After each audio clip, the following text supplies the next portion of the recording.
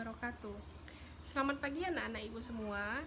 Sebelum pembelajaran kita pada pagi hari ini dimulai, marilah kita berdoa menurut agama dan kepercayaan masing-masing. Berdoa dimulai.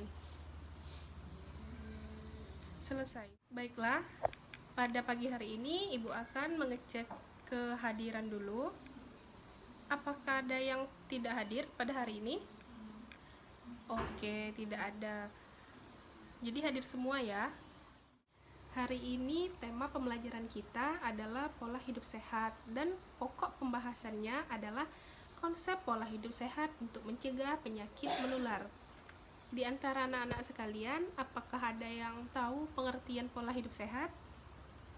Oke. Dan contoh-contohnya? Oke, bagus ya. Jadi, di sini Ibu akan menjelaskan pengertian tentang pola hidup sehat. Jadi, pengertian pola hidup sehat itu adalah upaya seseorang untuk menjaga tubuhnya agar tetap sehat. Pola hidup sehat dapat dilakukan dengan cara mengkonsumsi makanan yang bergizi, olahraga yang teratur, dan istirahat yang cukup. Next, Ibu akan menjelaskan tentang apa itu penyakit menular. Jadi, pengertian penyakit menular itu sendiri adalah penyakit infeksi yang disebabkan oleh mikroorganisme seperti ada virus, bakteri, parasit, atau jamur dan dapat berpindah ke orang lain yang sehat. Nah, jadi anak-anak sekalian, apakah ada yang tahu macam-macam penyakit menular? Contoh-contohnya? Iya, bagus. Jadi, ada macam-macam penyakit menular dan cara penularannya. Yang pertama, ada influenza atau lebih dikenal dengan flu.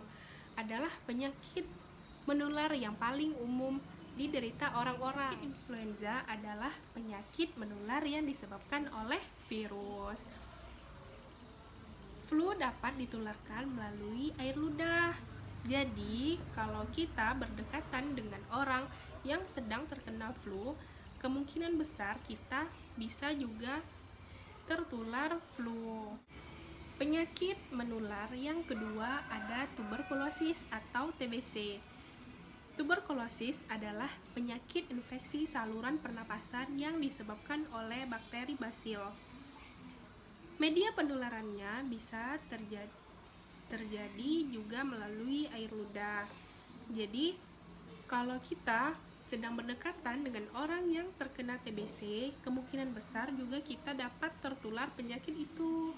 Ketiga, ada penyakit muntahber. Jadi, penyakit muntahber ini adalah penyakit peradangan pada usus yang disebabkan oleh virus, bakteri, ataupun parasit lain seperti protozoa dan jamur. Nah, penularan dari muntahber itu sendiri bisa terjadi karena melalui cairan dari mulut atau muntah yang tidak dibersihkan dengan baik.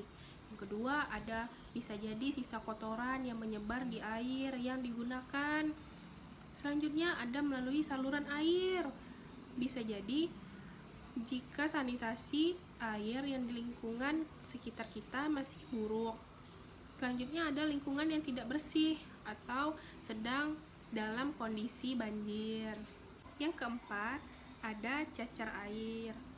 Cacar air adalah penyakit yang disebabkan oleh infeksi virus yang menimbulkan bintik kemerahan pada kulit, bergelembung atau tidak, panas dan terasa gatal.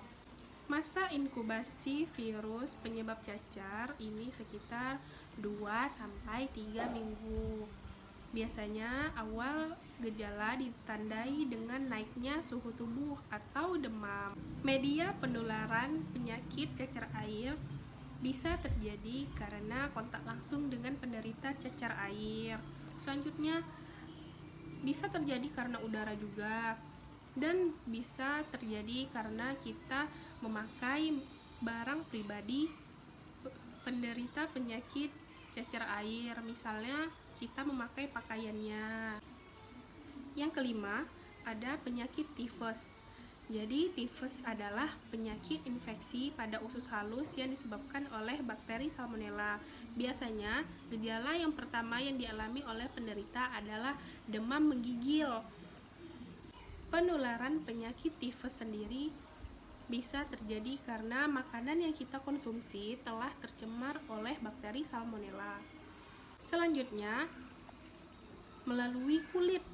Jadi, bakteri ini dapat masuk ke dalam kulit yang terkoyak akibat luka. Bisa jadi luka karena bekas operasi, terjatuh, atau luka lainnya. Anak-anak, sebenarnya ada banyak sekali macam-macam penyakit menular. Tapi di sini Ibu hanya menjelaskan 5 macam penyakit menular dan cara penularannya karena keterbatasan waktu yang kita punya. Ada beberapa faktor yang menjadi penyebab timbulnya penyakit menular. Yang pertama ada pertumbuhan populasi. Bertambahnya jumlah penduduk juga menyebabkan risiko penularan penyakit menular itu meningkat. Yang kedua, ada perubahan fungsi lahan. Yang ketiga, ada meningkatnya industrialisasi.